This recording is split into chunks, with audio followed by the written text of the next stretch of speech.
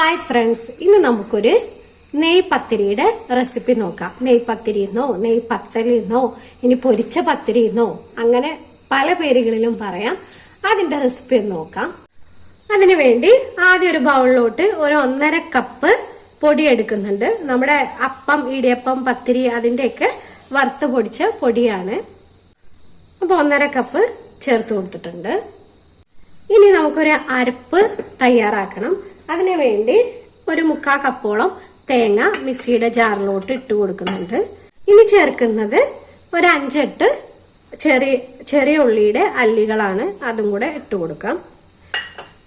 പിന്നീട് ഒരു 1/2 ടീസ്പൂണോളം ചെറിയ ജീരകം കൂടെ നമുക്ക് ചേർത്ത് കൊടുക്കാം. ഇനി ഇതൊന്ന് ഒതുക്കിയെടുക്കണം, അരച്ചെടുക്കല്ല, ഒന്ന് ക്രഷ് ചെയ്ത് ഒന്ന് ഒതുക്കിയെടുത്താൽ മതി. മാവൊന്ന് കുഴച്ചെടുക്കണം. അതിനുവേണ്ടി നമ്മൾ ഗ്യാസിലോട്ട് ഒരു പാൻ വെച്ച് കൊടുത്തിട്ടുണ്ട്. അതിലോട്ടൊരു 1.5 കപ്പ് പൊടിയാണ് എടുത്തത്. അപ്പൊ ഒരു 3 കപ്പ് വെള്ളം ഒന്ന് ഒഴിച്ചു കൊടുക്കുന്നുണ്ട്. ഇനി ഇതിലോട്ട് നമ്മൾ നേരത്തെ അരച്ചു വെച്ചിരിക്കുന്ന തേങ്ങയുടെ ആ ചതവ് ഒന്ന് ഇട്ട് കൊടുക്കാം. ആവശ്യത്തിനുള്ള ഉപ്പ് ചേർത്ത് കൊടുക്കാം. ഇനി ഇതിലോട്ട് 1 ടീസ്പൂൺ നെയ്യ് ചേർത്ത് കൊടുക്കാം. വെള്ളം നല്ലപോലെ ഒന്ന് തിളച്ച് വന്നിട്ടുണ്ട്. ഇനി നമുക്ക് ഇതിലോട്ട് പൊടി ചേർത്ത് കൊടുക്കാം.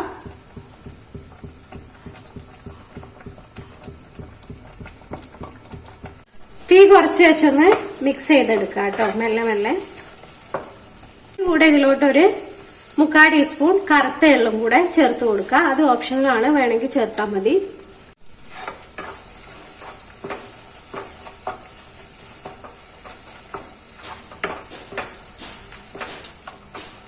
നല്ല പോലെ ഒന്ന് ഡ്രൈ ആയി പാനിൽ നിന്ന് വിട്ടു പോരുന്ന ഒരു കൺസിസ്റ്റൻസിയിലാവുമ്പോൾ നമുക്ക് ഗ്യാസ് ഓഫ് ചെയ്ത് കൊടുക്കാം.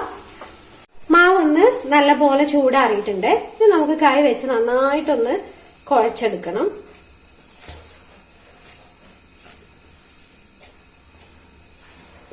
നമുക്ക് കുറച്ചും കൂടെ നെയ്യ് ഇതിന്റെ മേലെ കൂടെ തൂത്ത് കൊടുത്തിട്ടൊന്ന് കുഴച്ചെടുക്കാം.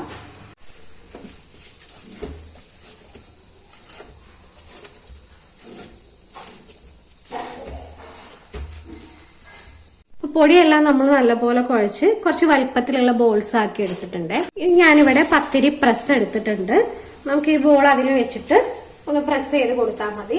ഇനി നമ്മുടെ ചപ്പാത്തിയും പത്തിരിയൊക്കെ പലകയിൽ പരത്തുന്ന പോലെയാണെങ്കിൽ അങ്ങനെ ചെയ്തെടുക്കാം. ഞാനിപ്പോ എളുപ്പത്തിന് വേണ്ടിയാണ് ഇങ്ങനെ ചെയ്തെടുക്കുന്നത്.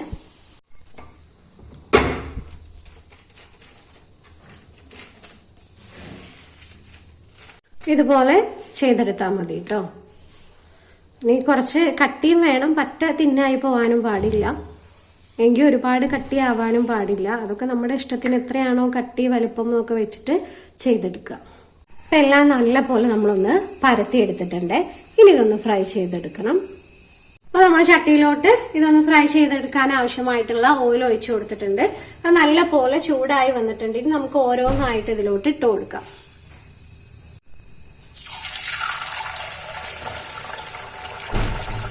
എണ്ണ നല്ലപോലെ ചൂടായതിനു ശേഷം വേണം ഇതിട്ട് കൊടുക്കാന്.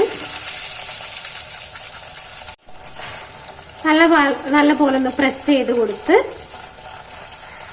1-2 ഭാഗം ഒന്ന് വേവിച്ചെടുക്കാം. അപ്പോൾ നല്ല പോലെ പൊങ്ങി വന്നിട്ടുണ്ട്. കോരി മാറ്റാം.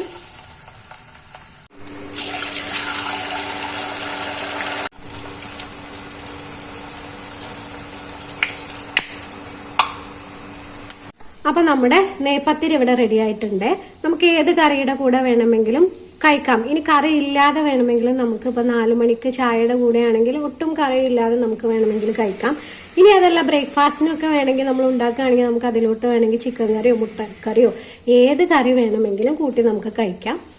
എന്തായാലും നല്ല ടേസ്റ്റുള്ള ഒരു പത്തിരിയാണ് നെയ്പത്തിരി. അപ്പൊ എല്ലാവരും ഒന്ന് ട്രൈ ചെയ്ത് നോക്കുക. ഉണ്ടാക്കാത്തവരാണെങ്കിൽ ഒന്ന് ഉണ്ടാക്കി നോക്കുക. അതുപോലെ വീഡിയോ ഇഷ്ടമായിട്ടുണ്ടെങ്കിൽ ലൈക്കും കമന്റും ഷെയറൊക്കെ ഒന്ന് തന്നേക്കണേ. ചാനൽ ആദ്യമായിട്ട് ആരെങ്കിലും കാണുന്നവരുണ്ടെങ്കിൽ ചാനൽ ഒന്ന് സബ്സ്ക്രൈബ് ചെയ്യാൻ ഓർക്കണേ. അപ്പോൾ ഓക്കെ, താങ്ക് യു. അടുത്ത വീഡിയോയിൽ കാണാം.